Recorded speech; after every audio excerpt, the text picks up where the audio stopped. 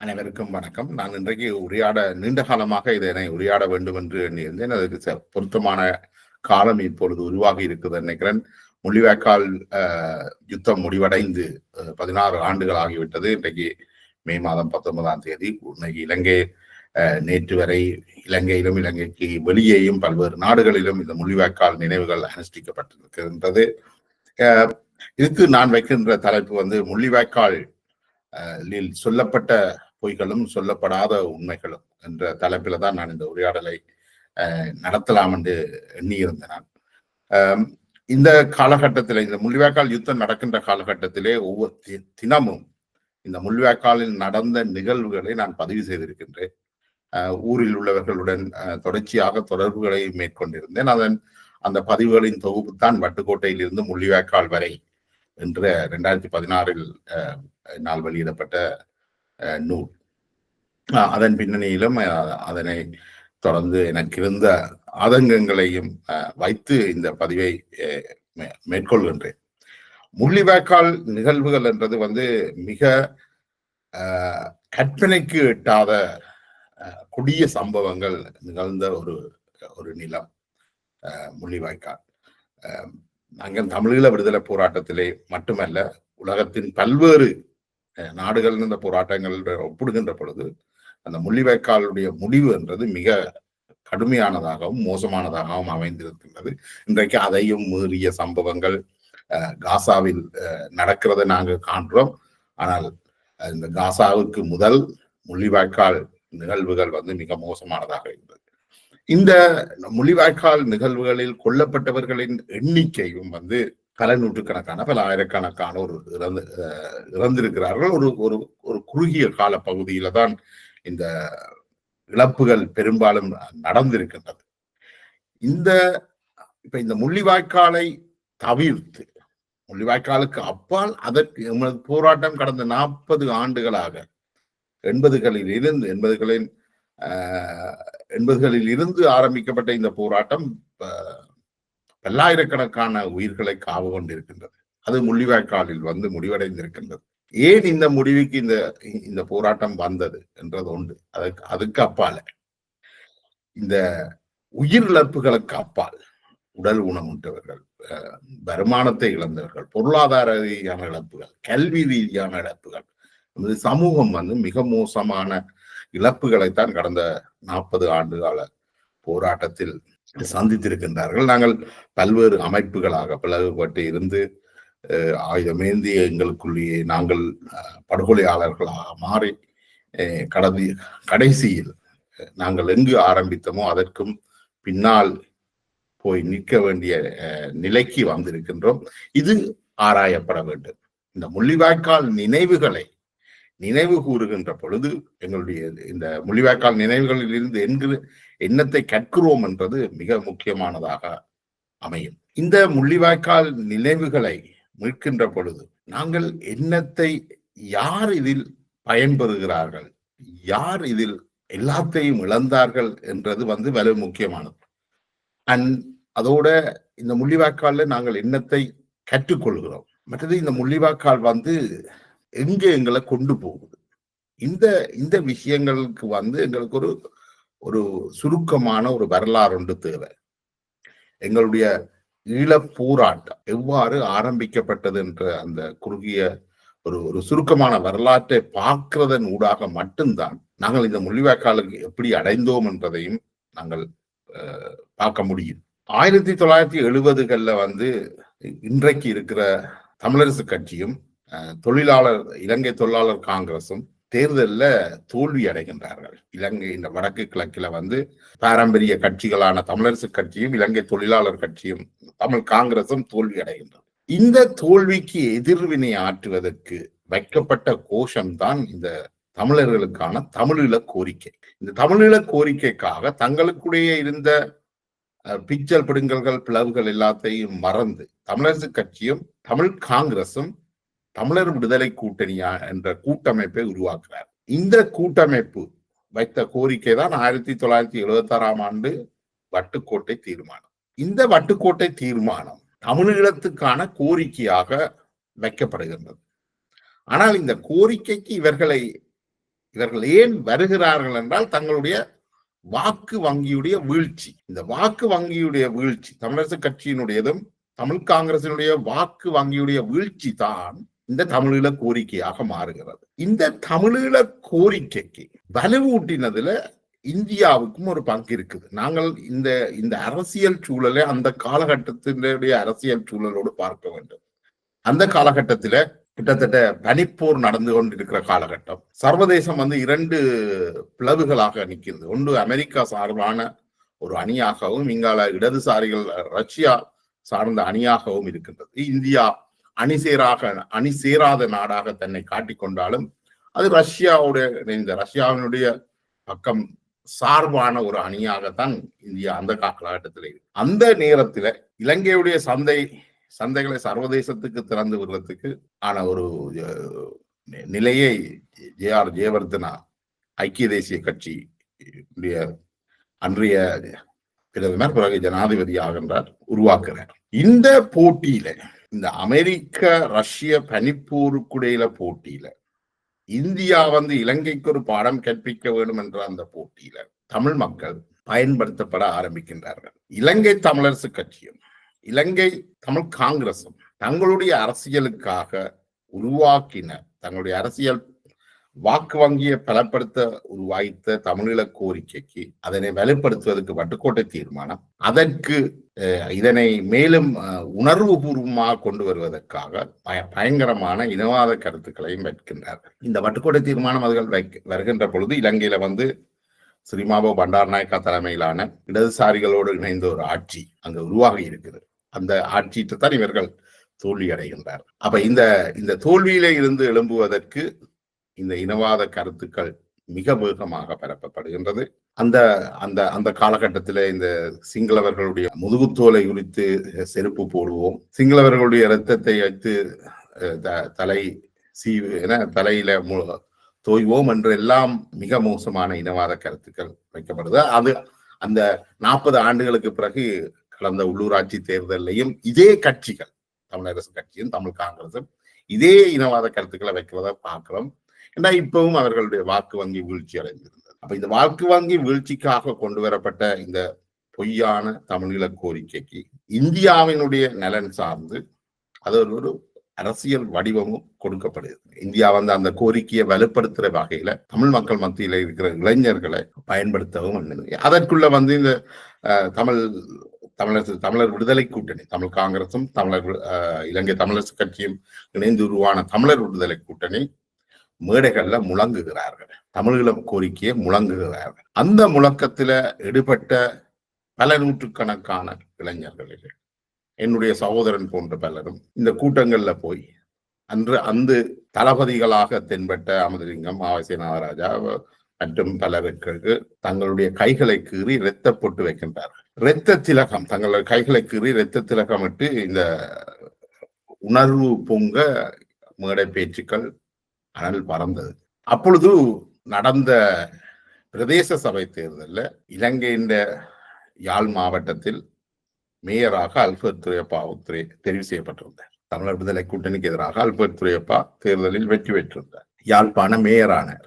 அவருடைய காலத்தில் கட்டப்பட்ட நியூ மார்க்கெட், துரையப்பா ஸ்டேடியம் போன்றன இன்றைக்கும் அவருடைய பெயரை சொல்லி இருக்கின்றது. பெரும்பாலும் அவர் மக்களால மிகவும் வரவேற்கப்பட்ட ஒரு தலைவராகவும் இருக்கிறார். ஆனாலும் தமிழர் விடுதலை கூட்டணி அவருக்கு எதிரான மிக மோசமான பிரச்சாரங்களை மேற்கொள்ளுது. அப்படி அந்த பிரச்சாரங்கள் கொண்டு துரையப்பாவுக்கு இயற்கை மரணம் அல்ல. தமிழர் விடுதலை கூட்டணி வைத்த இந்த கோஷங்கள் தமிழ் இளைஞர்கள் சிலர் எடுபட்டனர். அப்படி எடுபட்டவர்களில் தமிழீழ விடுதலை புலிகளின் தலைவர் பிரபாகரனும் ஒருவர். இந்த உணர்ச்சி தூண்டலால் ஒரு கட்டத்தில் பிரபாகரன் துரையப்பாவை பொன்னாலை கிருஷ்ணன் கோயிலுக்கு வந்த நேரத்தில், அவர் ஒரு கிறிஸ்தவராக இருந்தாலும் கிருஷ்ணன் கோயிலில் வழிபாட்டுக்கு வந்திருந்த வேளையில் சுட்டுக் கொள்கின்றார். இலங்கையினுடைய தமிழீழ விடுதலை போராட்டத்தினுடைய முதலாவது படுகொலை. ஒன்று, நாங்கள் தமிழீழம் கேட்டதின் அடிப்படையே தமிழ் மக்களுடைய பிரச்சனையை தீர்ப்பதற்கு அல்ல. அந்த அடிப்படை எங்க இருந்து வருது என்றால் தமிழரசு கட்சிக்கும் தமிழ் காங்கிரசுக்கும் வாக்கு வங்கி குறைந்ததால வைக்கப்பட்ட அந்த வாக்கு வங்கியை கைப்பற்ற வைக்கப்பட்ட தீர்மானம் தான் தமிழீழம். அந்த தமிழீழத்துக்கு எதிரிகளாக துரியப்பா போன்றவர்கள் மக்களால் தெரிவு செய்யப்பட்ட மக்களுக்கு பல்வேறு நன்மைகளையும் பெற்றுத்தந்த அவர்கள் மீது விமர்சனங்கள் இருந்தாலும் பெற்றுத்தந்த துரையப்பா போன்றவர்கள் துரோகிகளாக்கப்படுறார்கள். அவரை படுகொலை செய்ய தூண்டி இருக்கிறார்கள். பிரபாகரன் அந்த படுகொலையை மேற்கொள்றார். இப்ப முதலாவது படுகொலை எங்களோட குறிக்கோள் ஆரம்பத்துல தவறு இருக்குது. அது தமிழ் மக்களுக்காக அந்த தமிழீழம் கேட்கப்படையில. அடுத்தது இன்னொரு படுகொலை நடக்குது தமிழீழத்தின் பெயர்ல. அதுவும் தமிழ் மக்களுக்காக மேற்கொள்ளப்படையில. தமிழ் மக்களுக்கு விரோதமாகத்தான் மேற்கொள்ளப்படுது. இப்படியே அதாவது எங்கள் ஒரு குறிக்கோளும் நோக்கமும் எதற்காக இது வைக்கப்படுது என்ற குறிக்கோளும் நோக்கமும் மாறி இந்திய அரசாங்கம் வந்து அமெரிக்காவுக்கு ஒரு பாடத்தை படிப்பிக்க வேண்டும் என்றால் அந்த காலகட்டத்தில் வாய்ஸ் ஆஃப் அமெரிக்கா இலங்கையில கொண்டு வரப்படுது. அது இந்தியாவை வேவு பார்க்கின்ற வேலைகளை செய்கின்றது, அல்லது இந்தியாவினுடைய அயல் நாட்டுக்குள் அமெரிக்கா தன்னுடைய கால்களை பதிக்கிறது போன்ற விஷயங்களுக்காக இந்தியா ஒரு பதிலடி கொடுப்பதற்காக ஜெயவர்தனா பதிலடி கொடுப்பதற்காக தமிழ் இளைஞர்களை ஆயுதங்கள் வழங்குகிறார்கள். இந்தியா பயிற்சி வந்தது. ஒரு ஆர்கானிக் ஒரு இயற்கையான வளர்ச்சியை இந்த ஆயுத அமைப்புகள் இந்த விடுதலை இயக்கங்கள் பெறுவதற்கு பதிலாக அவர்கள் இரவோடு இரவாக வீங்கி பெருக்க ஆரம்பிக்கின்றார்கள். இந்தியா அதற்கான முழு ஒத்துழைப்பையும் வழங்கும். ஆனால் எந்த காலகட்டத்திலேயும் இந்திய அரசாங்கமோ அல்லது இந்த தமிழ் இளைஞர்களுக்கு ஆயுத பயிற்சி வழங்கியவர்களோ இந்திய இராணுவத்தினரோ நாங்கள் உங்களுக்கு தமிழீழம் பெற்றுத் தருவோம் என்று ஒருபோதும் சொன்னது கிடையாது. அவர்கள் சொன்னது உங்களை பலப்படுத்தி சில தாக்குதல்களை சில விடயங்களை நீங்கள் செய்து கொள்ளலாம், அதை வைத்துக் கொண்டு உங்களுக்கு ஒரு அரசியல் தீர்வு பெற்றுத் தருவதற்கு இந்தியா முயற்சி செய்யும். அப்ப நீங்கள் ஆயுத போராளிகளாக போராடுவீர்கள். இந்த உங்களை தூண்டிவிட்ட தமிழரசு கட்சி, தமிழ் காங்கிரஸ், தமிழர் விடுதலை கூட்டணி TULF வந்து அந்த அரசியல் வேலையை பார்த்து கொள்ளும் என்ற ஒரு எழுதப்படாத ஒப்பந்தத்தின் அடிப்படையில தான் இந்த போராட்டம் 80களை தொடர்ந்து வீச்சு பெற்ற இந்த போராட்டம் தமிழ் மக்களுடைய பிரச்சனைகளை தீர்க்கிறது தான் இவர்கள் எல்லாருக்கும் ஒரு முக்கிய விஷயமா இருக்கேன். அப்ப இந்த விடுதலை இயக்கங்கள் ஆர்வ மேலீட்டினால், இந்த தமிழர் விடுதலை கூட்டணியின் தூண்டுதலால் பல்வேறு இயக்கங்களுக்கும் தமிழ் மக்களுடைய விடுதலைக்காக என்று சொல்லி பல்வேறு இயக்கங்களையும் போய் இணைந்து கொள்கிறார். அந்த காலகட்டத்தில் இவர்கள் அதில் போய் இணைந்து கொண்டு தமிழர்கள் ஒடுக்கப்படுகிறார்கள் என்று சொன்னதுக்கு வைக்கப்பட்ட காரணங்கள் ஒன்று 1956ஆம் ஆண்டு கொண்டு வரப்பட்ட தனிச்சிங்கள சட்டம். இந்த தனிச்சிங்கள சட்டம் என்று இது சொல்லப்பட்டாலும் அந்த சட்டம் என்ன செய்யுதுன்னு சொன்னால் 1948ஆம் ஆண்டு சுதந்திரம் அடையும் வரைக்கும் இலங்கை வந்து பிரித்தானியருடைய ஆட்சிக்கு கீழே இருந்தது. ஆங்கிலம் தான் அங்க முதன்மை மொழியாக இருந்தது. தமிழோ சிங்களமோ அங்கே ஒரு ஆட்சி மொழியாக இருக்கவில்லை. 1956ஆம் ஆண்டு கொண்டு வரப்பட்ட சட்டம் தாய்மொழியை பிரதான மொழியாக மாற்றுகின்றது, சிங்களத்துக்கு முதன்மை அளிக்கின்றது, முக்கியத்துவம் கொடுக்கின்றது.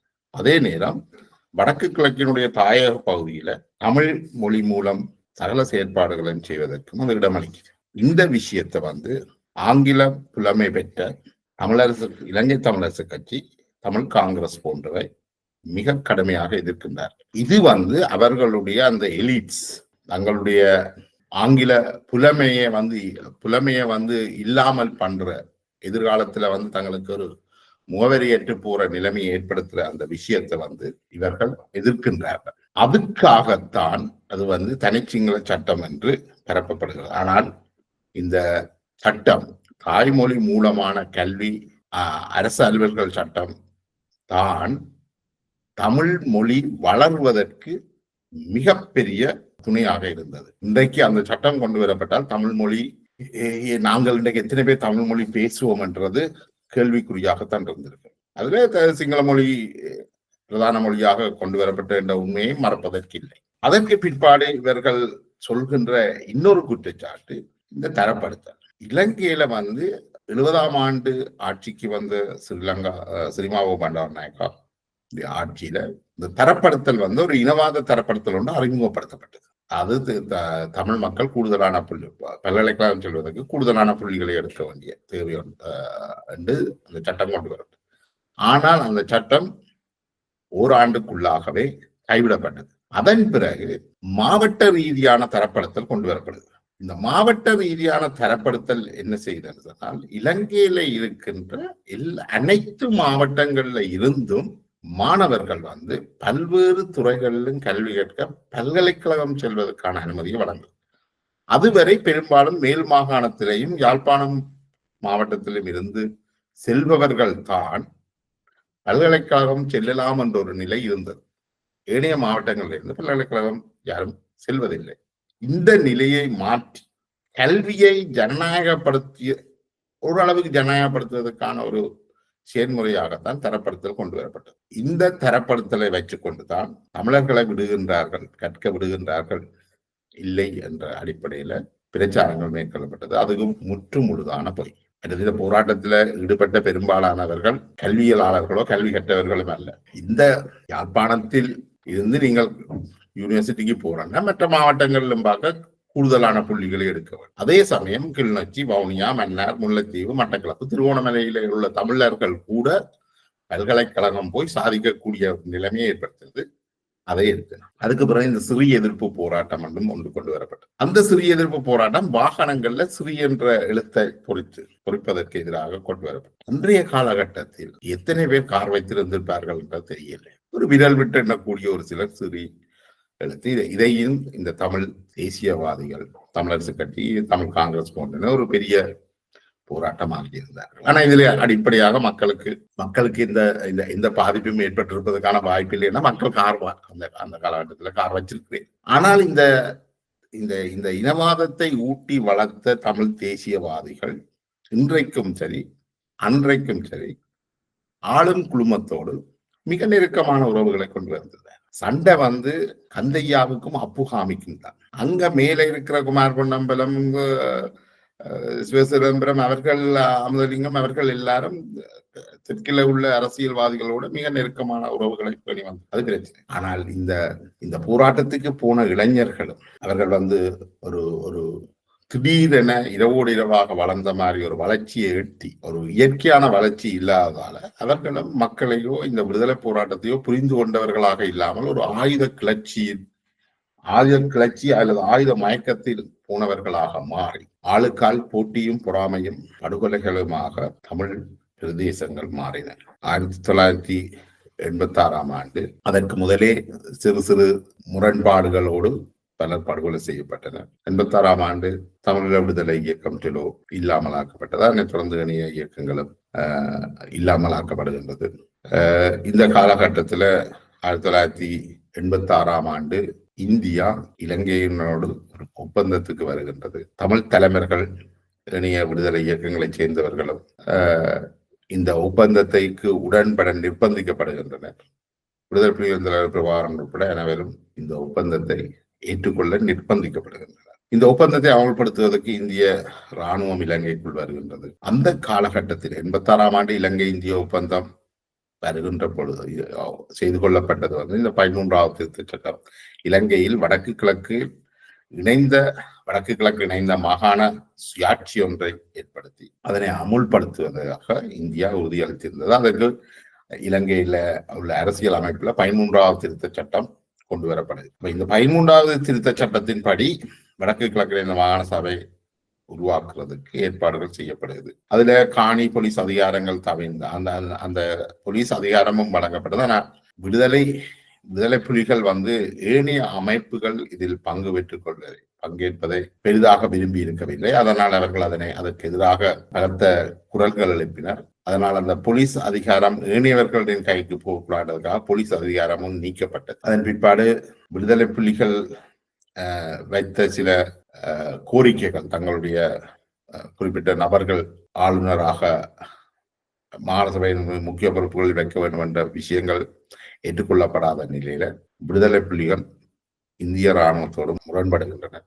குமரப்பா புலேந்திரன் போன்றவர்கள் கைது செய்யப்பட்டு கிழக்கு மாகாணத்தில் சிறை வைக்கப்பட்டிருந்த வேளையில் லண்டன் பாலசிங்கம் அவர்களுக்கு சயனைட்டை கொண்டு வந்து கொடுத்து அவர்கள் சயனைட் அருந்தி உயிரிழக்கின்றார்கள். அதனைத் தொடர்ந்து போராட்டங்கள் வெடிக்குது. விடுதலை புலிகளின் தலைவர் தமிழ்நாட்டுக்கு அழைக்கப்பட்டு அங்கு தடுத்து வைக்கப்பட்டு அதுக்கு பிறகு அவரை விடுவிக்க சொல்லி போராட்டங்கள் நடக்குது. அதுக்கு பிறகு அவர்கள் பிரபாகரனை மீண்டும் தாயத்துக்கு கொண்டு இருக்கிறார்கள். இந்திய ராணுவமும் விடுதலை புலிகளும் நேரடியாக யுத்தத்தில் ஈடுபட ஆரம்பிக்கின்றார்கள். இந்த இலங்கை இந்திய ஒப்பந்தம் வந்த 1986 ஆண்டு கால பகுதியில் தமிழீழ விடுதலை போராட்டம் ஆரம்பிக்கப்பட்ட அந்த கிட்டத்தட்ட ஒரு 5 வருடங்கள் 6 வருடங்களில் விடுதலை போராளிகள் மக்கள் இலங்கை ராணுவம் என்று ஒரு 5000 வரையான உயிர்கள் இழக்கப்பட்டது. அந்த உயிரிழப்புகளுக்கு ஒரு பெருமதியான தீர்வாக இலங்கை இந்திய ஒப்பந்தம் வருது. அந்த ஒப்பந்தத்தை விடுதலை புலிகள் கடுமையாக எதிர்க்கிறார்கள். அந்த மாகாண சபையில போட்டவர்களையும் குறிவைத்து தாக்குதல்கள் நடத்தப்படுது. இந்த காலகட்டத்தில் ஜெயவர்தனாவுக்கு எதிராக பிரேமதாசாவினுடைய தலைமை மேலெழும்புகிறது ஐக்கிய தேசிய கட்சிக்குள். பிரேமதாசாவும் இந்தியாவினுடைய தலையீட்டை முற்றுமுழுதாக நிராகரிக்கிறார், எதிர்க்கிறார். பிரேமதாசாவும் விடுதலை புலிகளும் மிக நெருக்கமான உறவுக்கு வருகிறார்கள். கிட்டத்தட்ட பிரேமதாசா பிரபாகரனை தன்னுடைய சகோதரன் என்று கொழும்பில் வைத்து ஆற்றுகின்ற உரைகளில் தெரிவிச்சிருக்கிறார். விடுதலை புலிகள் இந்தியாவை தாக்குவதற்கு ஆன உதவிகளை பிரேமதாசா வழங்குகிறார். அதே போல ஜேவிபியும் ஜேவிபி நீண்ட காலமாகவே தொடர்ச்சியாக இந்தியாவுக்கு எதிரான போக்கை கொண்டிருந்தது. இந்தியாவினுடைய தலையீட்டை ஜேவிபியும் மிக முற்றாக நிராகரித்து வந்தது. அதே நேரம் பிரேமதாசா ஜேவிபியையும் அளிப்பதற்கான முயற்சிகளில் ஈடுபட்டிருந்தார். பிரேமதாசாவும் புலிகளும் இணைந்து செயற்படுகின்றார்கள். அப்ப புலிகளும் ஜேவிபிக்கு எதிரான செயற்பாடுகளை செய்கின்றார்கள். இந்த ஓட்டத்துல இந்தியா ஒரு சமாதான புறாவாக இந்தியா வடக்கு கிழக்கு பகுதிகளில் மிக பாரிய அட்டூழியங்களையும் படுகொலைகளையும் மேற்கொள்கின்றது. அதோட விடுதலை புலிகளின் தலைவர் பிரபாகரன் கைது செய்யப்பட்டது, தடுத்து வைக்கப்பட்டது, அவர்களை அரை நிர்வாணமாக்கப்பட்டு அவர்கள் சோதிக்கப்பட்டது போன்ற விஷயங்கள் பிரபாகரனுக்கும் மிக கடுமையான கோபத்தையும் ஏற்படுத்தியிருக்கு.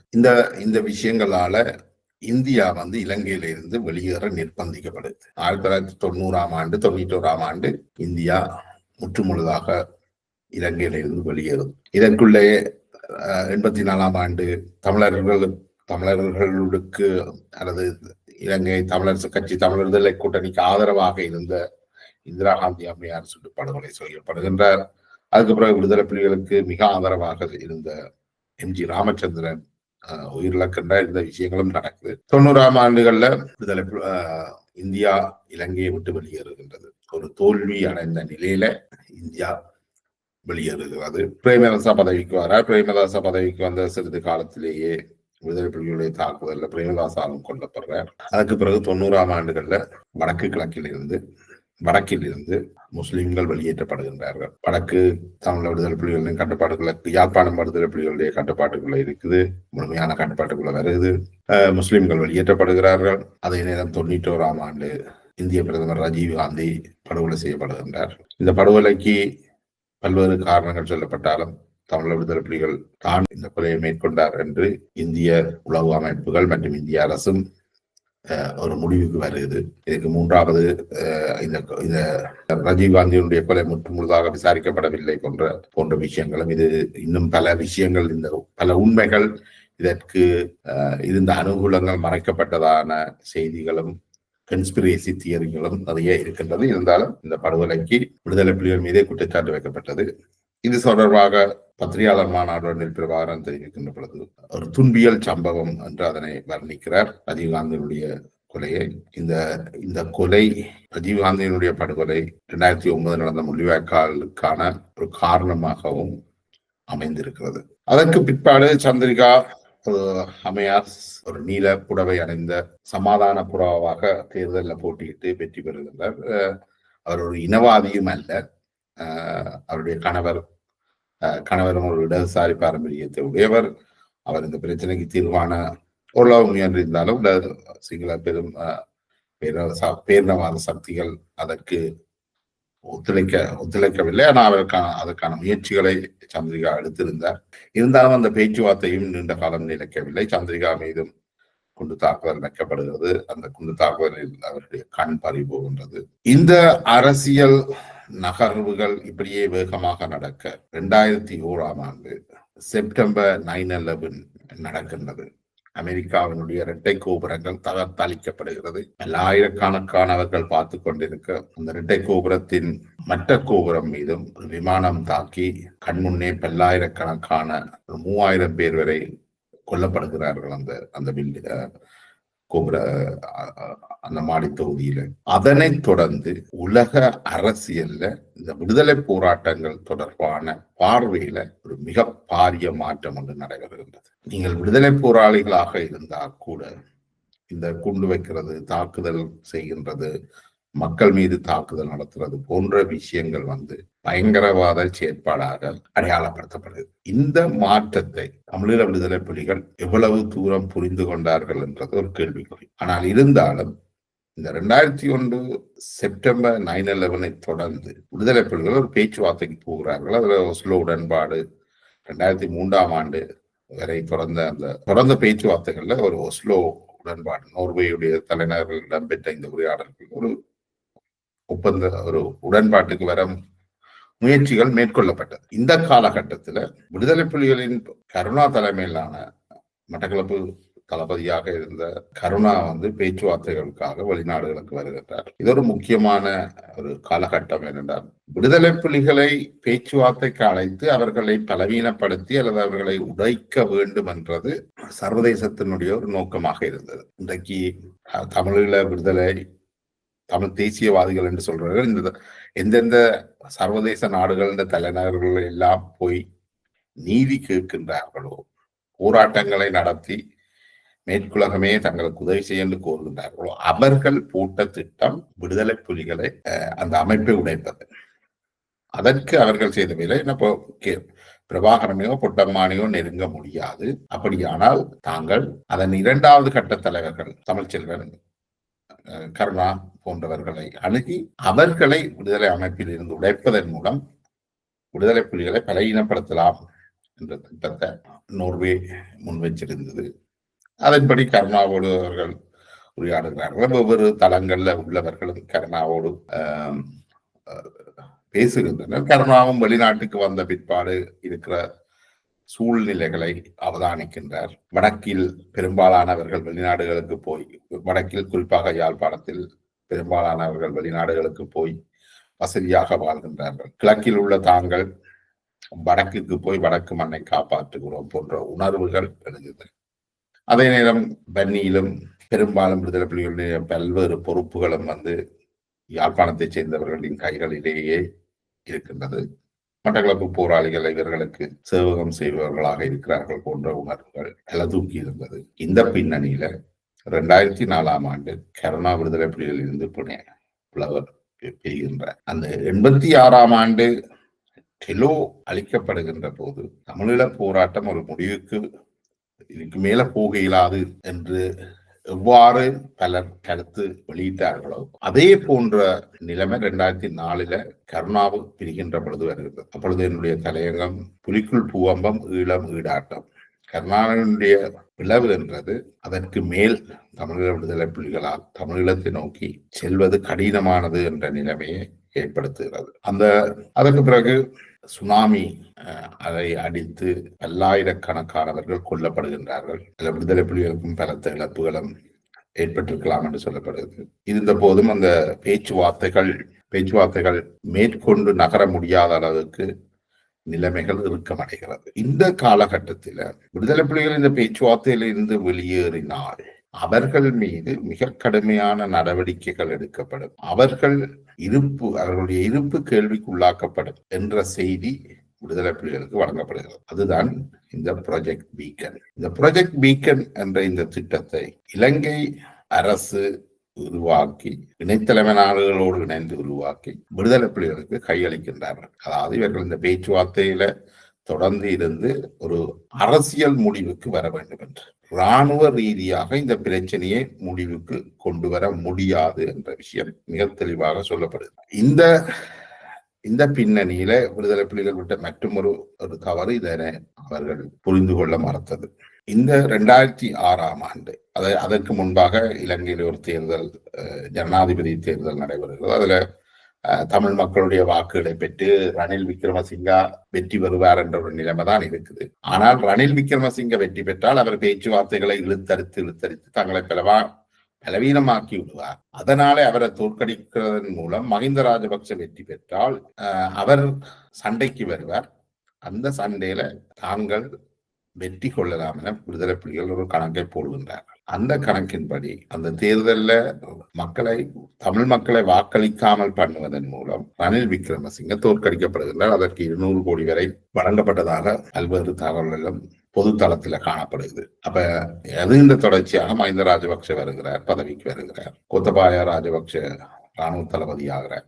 அவர்களுடைய சகோதரர்களே பல்வேறு அரசின் பல்வேறு கட்டத்திலையும் இருக்கிறார்கள். அந்த நிலையில இந்த ப்ராஜெக்ட் பீக்கன் மீண்டும் கையில் எடுக்கப்பட்டு அதற்கு கால அட்டவணை போடப்படுகின்றது. இந்த கால அட்டவணை நோர்வேய்க்கும் இணைத்தலைமை நாடுகளுக்கும் வழங்கப்படுகிறது. இந்த கால அட்டவணையின் படி முதலில் கிழக்கு மாகாணத்தை கைப்பற்றுவது, அதற்கு பிறகு வன்னியில மன்னார் பகுதிகளில் தாக்குதல் நடத்துறது, அதனைத் தொடர்ந்து கிளிநொச்சியில தாக்குதல் நடத்துறது என்று ஒவ்வொரு காலத்திலையும் என்னென்ன தாக்குதலை எப்படி நடத்துவது என்னது ஒரு அட்டவணையாக போடப்பட்டு வழங்கப்படுகிறது. இதனை நோர்வேயிடம் கையெழுத்த பொழுது அவர்கள் கிழக்கு மாகாணத்தை இழப்பில்லாமல் கைப்பற்றினர். மக்களுக்கு பாரிய இழப்பில்லாமல் கிழக்கு மாகாணம் கைப்பற்றப்பட்டால் மற்ற வன்னியை நோக்கின யுத்தத்துக்கும் தாங்கள் பச்சை கொடி காட்டுவதாக நோர்வே தெரிவிக்கிறது. அதன்படி கிழக்கு மாகாணம் பாரிய உயிரிழப்புகள் இல்லாமல் இலங்கை ராணுவத்தின் கைகளில் விழுகிறது. அதனைத் தொடர்ந்து வன்னியை நோக்கி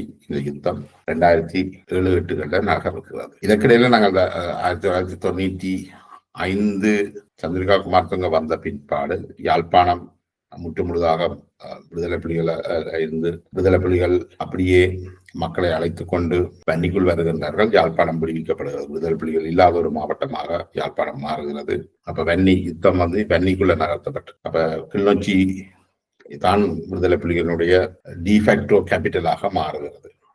விடுதலை புலிகளோட தலைநகராக கிளிநொச்சி மாறுகிறது. இப்ப இந்த காலகட்டத்துல கிழக்கும் இலங்கை அரசாங்கத்தினுடைய கைகளில் விழுந்த பின்பு கிழக்கிலே ஒரு தேர்தல், மாகாண சபை தேர்தல் நடந்து பிள்ளையான் விடுதலை புலிகளின் முன்னாள் உறுப்பினர் பிள்ளையான் முதலமைச்சராக வருகின்றார். இந்த ப்ராஜெக்ட் பீக்கனை அவர்கள் சொன்னதன் பாடு மாவிலாறு தண்ணீர் மாவிலாறு அணை மூடப்படுகிறது. இந்த மாவிலாறு அணை மூடப்பட்டதும் யுத்தம் ஆரம்பிக்கின்றது. இந்த யுத்தத்துல கிழக்கு மாகாணம் இலங்கை அரசாங்கத்தின் கைகளில் விழுகிறது. அந்த காலகட்டத்தில் பாரிய உயிர் சேதங்கள் ஏற்பட்டிருக்கவில்லை. அதுக்கு பிறகு அது வன்னிக்கு வருகிறது. மன்னார் வீழ்ச்சி அடைகிறது. அதனைத் தொடர்ந்து கிளிநொச்சி ஜனவரி 3 2009 கிளிநொச்சி வீழ்ச்சி அடைகிறது. இந்த கிளிநொச்சி வீழ்ச்சி அடைகிற வரைக்கும் இந்த யுத்தம் இவ்வளவு பாரிய அளவுக்கு முன்னெடுக்கப்படும் என்றதை பெரும்பாலும் யாரும் அறிந்திருக்கவில்லை. ஆனால் இந்த யுத்தம் இப்படியே இந்த கால அட்டவணைப்படி ஏப்ரல் 15 வரையில் முடிவுக்கு கொண்டு வரப்படும் என்று காலக்கெடு விதித்துத்தான் இந்த யுத்தம் ஆரம்பிக்கப்பட்டது. ஏன் இந்த ஏப்ரல் 15 இந்த யுத்தம் முடிவுக்கு கொண்டு வரப்பட வேண்டும் என்று இந்த ப்ராஜெக்ட் பீக்கன் சொல்லி இருக்கின்றா?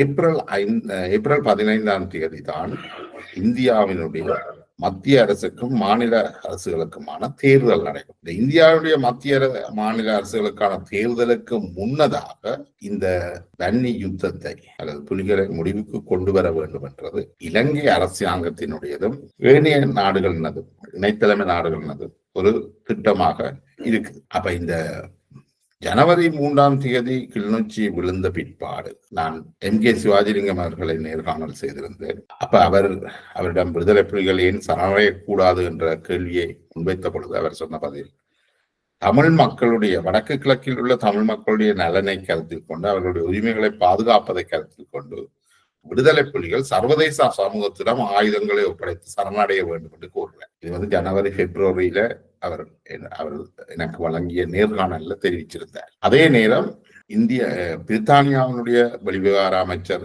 எட்வர்ட் மிலிபன், பாரிஸ் பிரான்சினுடைய வெளிவிவகார அமைச்சர், இவர்கள் இருவரும் சேர்ந்து வெளியிட்ட அறிக்கையிலையும் விடுதலை புலிகள் ஆயுதங்களை ஒப்படைத்து சரணடைய வேண்டும் என்ற கோரிக்கையை வைக்கின்றார்கள். இந்த ஜனவரி வரைக்கும் இந்த நடந்த அந்த யுத்தத்துல கொல்லப்பட்டவர்களின் எண்ணிக்கை மிக மிக குறைவு. அந்த 3-4 ஆண்டுகளில் 2006 ஆரம்பிக்கப்பட்டு 2009 3 ஆண்டுகள்ல கிட்டத்தட்ட ஒரு 1000 பேருக்குள்ளாகத்தான் அந்த மரணம் நிகழ்ந்திருக்க வேண்டும்.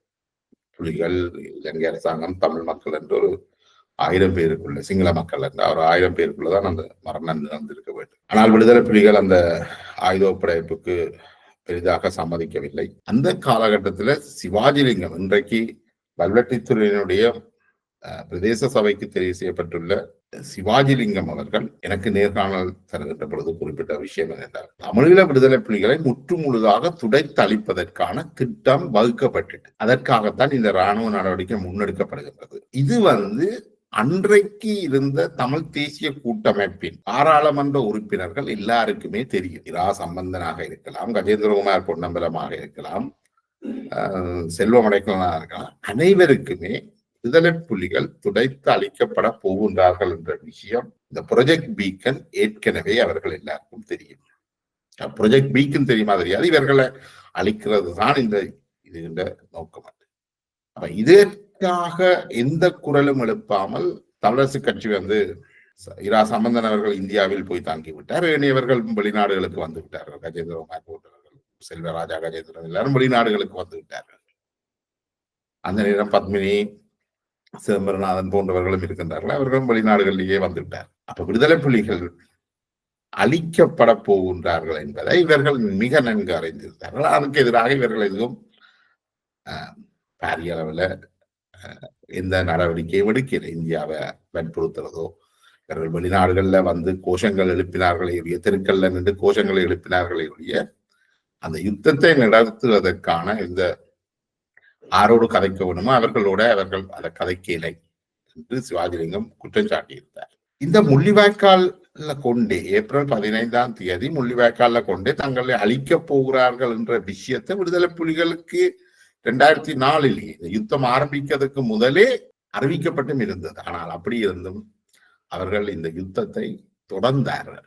அதுக்கு இருந்த ஒரே ஒரு காரணம் என்னென்றால், விடுதலை புலிகளுடைய கணக்கின்படி தமிழ்நாட்டு அந்த இந்தியாவினுடைய தேர்தல், மத்திய மாநில அரசுகளுடைய தேர்தல்ல தமிழ்நாட்டில அண்ணா திராவிட முன்னேற்ற கழக ஜெயலலிதாவும் மத்தியில பிஜேபியும் வெற்றி பெறும். அவர்கள் வெற்றி பெற்றால் அவர்கள் தங்கள் விடுதலை புலிகளை காப்பாற்றுவதற்கான முழுமையான நடவடிக்கையும் எடுப்பார்கள் என்று விடுதலை புலிகள் நம்பினார்கள். அது மட்டும் தான் அவர்களுடைய இலக்காக இருந்தது. அதே சமயம் கொசோவோ அனுபவத்தை வைத்துக் கொண்டு இந்த புலம்பெயர் நாடுகள்ல வாழ்ந்த புலம்பெயர் தமிழர்களை நினைத்தார்கள். வன்னியில எவ்வளவுக்கு எவ்வளவு தமிழ் மக்கள் கொல்லப்படுகிறார்களோ அவ்வளவு நேட்டோ இராணுவம் வடக்கில் இறங்கி விடுதலை புலிகளையும் மக்களையும் காப்பாற்றுவார்கள், அங்கே ஒரு அரசியல் தீர்வை எடுத்து தருவார்கள் என்ற நம்பிக்கை. கொசோவோவை பிரித்து அது போல் தங்களுக்கும் ஒரு சுயாட்சியை தருவார்கள் என்று இவர்கள் நம்பினார்கள். புலம்பெயர்ந்த தமிழர்கள் அதை நம்புறதுல பெரிதாக ஆச்சரியப்படுறதுக்கு என்ன என்றால் எதுவும் இருக்கிறது என்னென்றால், வன்னியில நடந்த யுத்தத்தால புலம்பெயர்ந்த தமிழர்களுக்கு எந்த விதமான பாதிப்பும் கிடையாது. இன்னும் சொல்ல போனால் அவர்களுக்கு பல நன்மைகள் இருந்தது. ஒன்று, அவர்களுடைய அரசியல் தஞ்ச கோரிக்கைகளுக்கு, தங்களுக்கு ஒரு தேசம் வேணும் என்ற அவர்களுடைய கனவுகளுக்கு, அடுத்தது விடுதலை புலிகளுடைய பணத்தை வைச்சிருந்தவர்களுக்கு அவர்களுக்கு இதுல ஒரு பெரிய லாபம் இருந்தது. ஆனால் வன்னியில இருந்த மக்களுக்கு இதால எந்த பலனும் இருக்கல. ஆனா வன்னியில இருந்த மக்களுக்கு முடிவெடுக்கிற தகுதி இருக்கல, முடிவெடுக்கக்கூடியவர்களாக அவர்களுக்கு இருக்கல. அப்ப அதனால பேள் போன்ற அமெரிக்காவில இருந்து இயங்குகின்ற பேள் போன்ற அமைப்புகள் என்ன சொல்லிக்கின்றார், வன்னி உங்களுடைய சொந்த மண், உங்களுடைய பூர்வீக மண், அந்த மண்ணில இருந்து தமிழ் மக்களை வெளியேற்றக்கூடாது. அப்ப விடுதலை புலிகள் அந்த காலகட்டத்துல தமிழ் மக்கள் வன்னி பகுதியில் நிலப்பிறப்பில இருந்து வெளியேறுறது தடுக்கப்பட்டுச்சு. கிட்டத்தட்ட அவர்கள் ஒரு மனித கேடயங்களாக பாவிக்கப்பட்டார்கள், மண்மூட்டைகளாக பாவிக்கப்பட்டார்கள். அதற்கு பிற்பாடு தான் இந்த வன்னியில நடந்த அவலம் இந்த மிக மோசமான அவலம் ஆரம்பிக்குது. அது குறிப்பாக ஏப்ரல் மாதத்துக்கு பிற்பாடு, ஏப்ரல் 6ஆம் தேதி அன்னைக்கு பிரபாகரன் அவர்கள் இருக்கிற இடத்தை இந்திய சேட்டலைட்டுகள் கண்காணித்து தகவல்கள் கொடுக்கின்றன. அதை சுத்தி முற்றுகையிடுகிறது இலங்கை ராணுவம். அந்த முற்றுகையில அடித்து உடைத்து விடுதலை புலிகளுடைய தளபதிகள் பிரபாகரனை வெளியில மீட்கின்றார்கள். அதுதான் அந்த தாக்குதல். அந்த போர்ல பெருந்தொகையான விடுதலை புலிகளின் முக்கிய தளபதிகள் கொல்லப்படுகின்றார்கள். அதற்கு பிற்பாடு இந்த யுத்தம் மிக மிக மிக மோசமான நிலையை எட்டுகின்றது. அதாவது உயிர் வாழ்தலுக்கான போராட்டமாக மாறுகிறது. விடுதலை புலிகளுடைய இருப்புக்கான போராட்டமாக அது மாறுது. அந்த இருப்பை தக்க வைக்கிறதுக்கு அவர்கள் நினைக்கிறார்கள் மத்தியில் பிஜேபியும் மாநிலத்தில் அதிமுகவும் வெற்றி பெற்று தங்களை காப்பாற்றுவார்கள். அதுவரைக்கும் எதையாவது செய்து தாங்கள் இந்த தாங்கள் ஒரு பிடிய வச்சிருப்போம் என்று நினைத்து மிக கடுமையான தாக்குதலை நடத்துகிறார்கள், எதிர்த்தாக்குதலை நடத்துகிறார்கள். இலங்கை அரசாங்கமோ இந்த தேர்தலுக்கு முன்பாக இதனை முடிவுக்கு கொண்டு வரணும் என்ற வேகத்துல மிக வேகமான தாக்குதலை நடத்துகிறார்கள். இதுலதான் அந்த ப்ரொஜெக்ட் பீக்கினுடைய கால அட்டவணை சற்று தாமதமாகிறது. ஏப்ரல் 15 இந்திய தேர்தல் ஆரம்பிக்கிறதுக்கு முதலே ஆரம்பிக்கின்ற பொழுதே முடிவுக்கு கொண்டு வர வேண்டிய யுத்தம் தேர்தல் ஆரம்பித்து நடந்து கொண்டிருக்கையிலையும் அந்த யுத்தம் தொடருது. மக்கள் வகை தொகையின்றி கொல்லப்படுகிறார்கள். இது உண்மையிலேயும் ஜனவரி பிப்ரவரியில எல்லாம் அவ்வளவு பெரிய இழப்பு வேற இல்லை. மார்ச் ஏப்ரல்ல தான் அந்த இழப்புகள் கூடுது. ஏப்ரலுக்கு பிறகுதான் அது மிக மிக மோசமானதாகும். அப்ப இந்தியா பிஜேபியும் ஜெயலலிதாவும் காப்பாற்றுவார்கள் என்று விடுதலை புலிகள் நம்பிட்டார்கள். தம்பியை காப்பாற்ற அம்மா வருவார் என்று அம்மாண்ட வருகைக்காக என்கிற நிலைமைய தான் அதுல இருந்தது. அப்ப இந்த கட்டத்துலதான் இந்தியா அரசாங்கம் தமிழீழ மக்கள் விடுதலை கழகம் புரட்டுக்கால ஒரு செய்தியை விடுதலை புலிகளுக்கு தெரிவிக்கும். அவர்களுடைய இரு முக்கிய தளபதிகள் தவிர, பொட்டம்மான் பிரபாகரன் தவிர ஏனையவர்கள் சரணடைந்தால் அவர்களை காப்பாற்றுவதற்கும் மக்களை காப்பாற்றுவதற்கும் இந்தியா ரெடி. ஆனால் பிரபாகரனையோ பொட்டம்மானையோ தாங்கள் காப்பாற்ற மாட்டோம் என்று இந்தியா அறிவிக்கிறது. ஏனென்றால் 91ஆம் ஆண்டு நடந்த ராஜீவ்காந்தியினுடைய படுகொலையாளிகளின் முதல் கொலை குற்றவாளிகளாக இவர்கள் இருவரும் இருக்கின்றார்கள். இதனால் இந்தியா அந்த அறிவித்தலை வழங்கும். விடுதலை புலிகள் தங்களுடைய கடைசி உயிர்கான கடைசி போராட்டத்தை நடத்துகிறார்கள். மக்கள் மனித கிடயங்களாக பயன்படுத்துகிறார்கள். மக்கள் மண்மூட்டைகளாக பயன்படுத்தப்படுகிறார்கள். தப்பியோட விடுதலை புலிகளின் கட்டுப்பாடு பகுதியிலிருந்து தப்பியோட மக்கள் படுகொலை செய்யப்படுகிறார்கள். இலங்கை அரசாங்கம் கண்மூடித்தனமான தாக்குதலை நடத்துது. இந்த இதில்தான் அந்த நாங்கள் சொல்கின்ற இந்த பாரிய மனிதாவலம் முற்றாக தடுத்திருக்கக்கூடிய இந்த மனிதாவலம் நடைபெறுகிறது.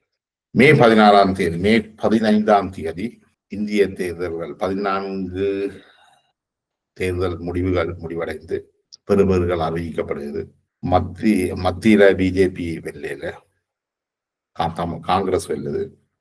மாநிலத்தில அதிமுக வெல்லையில ஜெயலலிதா வெல்லவில்லை, திமுக வெல்கின்றது. விடுதலை புலிகள் மறுநாளே தாங்கள் ஆயுதங்களை போட்டு சரணடைகிறோம் என்று அறிவிக்கிறார்கள். இந்த சரணடைவில் பலர் கொல்லப்படுகிறார்கள். அதுல பிரபாகரன் உட்பட எல்லாரும் சரணடைந்ததாக ஒரு செய்தி சொல்லுது. அவர் சரணடைந்த நிலையிலேயே கொல்லப்பட்டதாகவும் கூறப்படுகிறது. அதனை மறக்கின்ற பல்வேறு செய்திகள் மக்கள் வருகிறது. ஆனால் இருந்தாலும் இவர் பிரபாகரன் கொல்லப்படவே இல்லை, இன்னும் உயிரோடு இருக்கின்றார் என்று கேபி அறிவிக்கின்றார். அதுக்கு பிறகு ஒரு வாரத்துக்கு பின்பாக நினைக்கிறேன் மே 24ஆம் தேதி விடுதலை புலிகள் உத்தியோகபூர்வமாக அறிவிக்கின்றார்கள் பிரபாகரனும் கொல்லப்பட்டு விட்டார் என்று. அந்த யுத்தத்துல அவர் வீரமரணம் அடைந்து அறிவிக்கின்றார்கள். ஆனால் விடுதலை புலிகளுடைய இந்த பணத்தை வைத்திருப்பவர்கள், விடுதலை புலிகளுடைய நிதி வளத்தை வைத்திருப்பவர்கள், புலி தலைவர் இன்னும் இருக்கிறார், அவர் வந்தால் அவர் வருவார், அது வரைக்கும் தாங்கள் அந்த பணத்தை நிதியை கையாளலாம் என்ற எண்ணத்துல இதை மறுக்கிறார்கள். இவ்வாறு அந்த செய்தியை வெளியிட வேண்டாம் என்று தடுக்கிறார்கள். என்னால் அந்த காலகட்டத்தில் 2009 மே 18 வரைக்கும் விடுதலை புலிகளுடைய அசையும் அசையா சொத்துக்கள் 300 பில்லியன் டாலர்கள். அந்த 300 பில்லியன் டாலர்கள்ல இருந்து கிட்டத்தட்ட 300 மில்லியன் டாலர்கள் ஆண்டுக்கு வருமானம் வந்தது. இதெல்லாம் அப்படியே ஒரே இரவில் காணாமல் போய்விட்டது. விடுதலை புலிகளை வைத்து இந்த வளர்ந்தவர்கள் அல்லது பணம் ஈட்டியவர்கள் ஒரு பக்கம், அதுக்கு பிற்பாடு அவர்களை வைத்த அரசியல் ரீதியாக வாக்கு வங்கியை சேர்த்தவர்கள் இன்னொரு பக்கமாக தமிழ் அரசியல் நகர்கிறது. இந்த விடுதலை புலிகள் சரணடைவு, பல தலைவர்கள் சரணடைந்த பொழுதும் அவர்கள் அனைவரும் கொல்லப்படுகிறார்கள். என்றால் இவர்கள் ஜனவரியில பிரித்தானியாவும் பிரான்சும் சிவாஜிலிங்கமும் சொல்கின்ற அந்த காலகட்டத்தில் சரணடைந்திருந்தால் அந்த சரணடைதலை கண்காணிக்கிறதுக்கு சர்வதேச, அந்த நேரம் விடுதலை புலிகளும் ஒரு குறிப்பிடத்தக்க பலத்தை வச்சிருந்தவர்கள். அந்த சர்வதேச அமைப்புகளை அழைத்து அந்த சரணடைதலை கண்காணிக்கக்கூடியதாக இருந்தது. ஆனால் அது யுத்தத்தினுடைய இறுதி கட்டத்தில் விடுதலை புலிகள் வெறும் 5 கிலோமீட்டருக்குள்ள 50,000 இராணுவ வீரர்களால் சுற்றி வளைக்கப்பட்ட நிலையில இறுதி நேரத்தில் இந்த சரணடைவு அவர்கள் சரணடைய போகிறோம் என்று சொல்லி அந்த செய்தி மக்களுக்கு வர முதலே சரணடைந்தவர்கள் சுட்டுக் கொல்லப்பட்டுவிட்டார். சரணடைந்த அந்த செய்தி தகவல் போன ஒரு மே 15ஆம் தேதி ஒரு சனிக்கிழமை இந்த தகவல்கள் நோர்வேக்கு, அமெரிக்காவுக்கு, பிரித்தானியாவுக்கு உள்ள ஊடகவியலாளர்களுக்கு பரவலாக பரவுது. ஆனால் அவர்கள் அதற்கு மறுமொழி சொல்வதற்கு முதலே மே 16ஆம் இவர்கள் சரணடைந்து கொல்லப்பட்டு விட்டார்கள். இப்ப விடுதலை புலிகளுடைய தலைவர் பிரபாகரன் இறந்து விட்டார் என்ற அந்த தகவலை உறுதிப்படுத்துறதுக்கு விடுதலை புலிகள் கிட்டத்தட்ட 16 ஆண்டுகள் எடுத்து, இதில் நாங்கள் பல்வேறு பொய்களையும் உண்மைகளையும் நாங்கள் பார்த்திருக்கிறோம். இந்த விடுதலை போராட்டத்தின் அதன் ஆரம்ப கட்டத்தில் இருந்தே பல்வேறு பொய்கள் பரப்பப்பட்டதையும் உண்மைகள் மறைக்கப்பட்டதையும் நாங்கள் பார்க்கிறோம். எப்பொழுதும் முடிவுகள் எடுக்கப்படும் ஒன்று மக்களுக்கு வெளிப்படையாகவும் நேர்மையாகவும் இருக்க வேண்டும். அப்படி இருக்கின்ற பட்சத்தில் தான் மக்கள் ஒரு உண்மையான முடிவை எடுக்கக்கூடியதாக இருக்கும். வெளிப்படைத்தன்மை இல்லாமல் இயங்குகின்ற பொழுது உண்மையான முடிவுகளை எடுப்பது கடினமானதாக இருக்கும். அடுத்தது, நாங்கள் முடிவுகளை எடுக்கின்ற பொழுது வெறும் உணர்வு பூர்வமாக முடிவுகளை எடுக்க முடியாது. முடிவுகளை ரேஷனலா காரண காரியத்தோடு தான் முடிவுகள் எடுக்க வேண்டுமே ஒழிய உணர்வு பூர்வமாக முடிவுகளை எடுக்க இயலாது. மற்றது, உண்மை என்றது அப்சல்யூட் அல்ல. உண்மை ஒரு சப்ஜெக்டிவ் மேட்டர். உண்மை காலத்துக்கும் இடத்துக்கும் நேரத்துக்கும் மனிதர்களுக்கும் ஏற்ற மாதிரி அந்த உண்மை பல்வேறாக கற்பிக்கப்படும். அப்ப இதுதான் நிச்சயமான உண்மை என்று நாங்கள் எதையும் அறுதியிட்டு சொல்ல முடியாது. இதுகளை நாங்கள் கவனத்துல எடுத்துக்கொள்ள வேண்டும். மற்றது, நாங்கள் போராடுறது வாழ்றதுக்காகத்தான் போராடுறது. இந்த கற்பூரம் மெழுகுதிரி நாங்கள் உருகி கரைஞ்சு மற்றவர்களுக்கு எங்கள் அடுத்த பரம்பரைக்கு ஒளி கொடுப்போம். இதெல்லாம் சும்மா கதைக்கிறதுக்கு ஒரு நல்ல விஷயமா இருக்குமே ஒழிய இதால எந்த பிரயோசனமும் இருக்காது. நாங்கள் போராடினால் அது வாழ்றதுக்கான போராட்டமாக இருக்க வேண்டும். செய் அல்லது செத்து மடியன்றதே ஒரு குழப்பமான விஷயம். செத்து மடிகிறதுக்காக செய்யாங்க. அது செய்யறது ஒரு மாற்றத்தை கொண்டு வரும், ஒரு முன்னேற்றத்தை தருமெண்டா மட்டும்தான் நாங்கள் அதை செய்யலாம். அதை வடிவாக விளங்கி கொண்டு செய்ய வேண்டும்.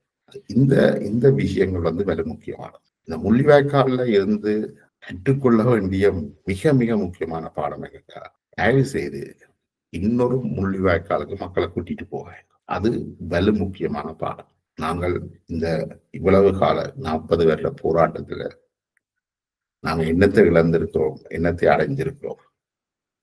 86ல எடுக்கப்பட்ட மாகாண சபை தான் 2016லையும் தமிழ் மக்களுடைய அரசியல் தீர்வாக இருக்கு. அப்ப நீங்கள் இந்த அரசியல் தீர்வு 86ல எடுத்திருக்கோம். நாங்கள் பல வரலாற்று தவறுகளை விட்டுருக்கிறோம். உணர்ச்சி பூர்வமாகத்தான் நாங்கள் பேசுறோம். விஞ்ஞான பூர்வமாக நாங்கள் இதுகளை பார்க்கிறோம். நினைக்கிறேன் இனியாவது நாங்கள் இந்த விஷயங்களை கற்றுக்கொள்வது மிக முக்கியம். ஒரு சமூகமாக இந்த முள்ளிவாய்க்கால் ஒரு கொண்டாட்டமோ ஒரு முஸ்பாத்தியான ஒரு நிகழ்வோ அல்ல, அல்லது சில பேருக்கு வாக்கு வங்கிய நிரப்புறதுக்கான ஒரு விஷயம் அல்ல. இன்றைக்கு இந்த முள்ளிவாய்க்கால் நிகழ்வு உலகின்ற பல்வேறு பாகங்களில் நடந்தது. ஆனால் இந்த முள்ளிவாய்க்காலில் காயப்பட்டவர்கள், துன்பப்பட்டவர்கள், இழந்தவர்கள், அவர்களை இன்றைக்கு வரைக்கும் சாதாரண வாழ்க்கையை கூட வாழ செய்ய முடியாத நிலையில தான் இந்த முள்ளிவாய்க்கால் நினைவு தினங்களை கொண்டாடுற பலரும் இருக்கிறார். அவைக்கு இதுகள் பற்றின எந்தவித அக்கறையும் இருக்கிறதாகவும் எனக்கு தெரியலை. இதுல உலகம் முழுக்க உள்ள அமைப்புகள் இந்த போராட்டத்தை ஆதரிச்சிருந்தவர், இன்றைக்கும் ஆதரிக்கிறேன். இன்றைக்கும் இந்த தமிழ் அரசியல் முழுக்க, அது தமிழரசு கட்சியா இருக்கலாம், தமிழ் காங்கிரஸா இருக்கலாம், இந்த போராளிகளுடைய இழப்புகள்ல தான் ஒட்டுண்ணிகளாக இருந்து தங்களுடைய அரசியலை செய்கிறார். அந்த போராளிகள் இன்றைக்கும் மிக மோசமான நிலையில தான் இருக்கிறார். விடுதலை புலிகளுடைய 2009 இருந்த இந்த $300 பில்லியன் காணும் அவர்களுடைய வாழ்வை ஒரு நல்ல நிலைக்கு கொண்டு வருது. ஆனால் அதை யாரும் வழங்க முன்வரையில்லை. ஆனால் நாங்கள் எல்லாரும் தமிழ் தேசியம் முள்ளிவாய்க்கால் நினைவுகளை கொண்டாடுறோம் என்ற பெயரில் கிட்டத்தட்ட எங்களை நாங்களே ஏமாற்றுகின்ற ஒரு அரசியலை தான் முன்னெடுக்கிறோம். அன்றைக்கு இந்த உணர்ச்சி ஊட்டி போராட்டத்தை ஆரம்பித்து நடுத்தெருவில் விட்ட மாதிரி இந்த போராளிகள் இன்றைக்கு நடுத்தெருவில் விடப்பட்டிருக்கிறார்கள். தயவு செய்து இன்னொரு இளைஞர் சமூகத்தை அந்த நிலைமைக்கு கொண்டு போகாமல் இருப்பதற்கான அனைத்து நடவடிக்கைகளையும் மேற்கொள்ள வேண்டும் என்று சொல்லி இந்த முள்ளிவாய்க்கால் சொல்லப்பட்ட பொய்களும் மறைக்கப்பட்ட உண்மைகளும் என்ற இந்த பதிவை நிறைவு கொள்வாரு. இந்த நீண்ட பதிவை கேட்ட உங்களை மிக்க நன்றி. வணக்கம்.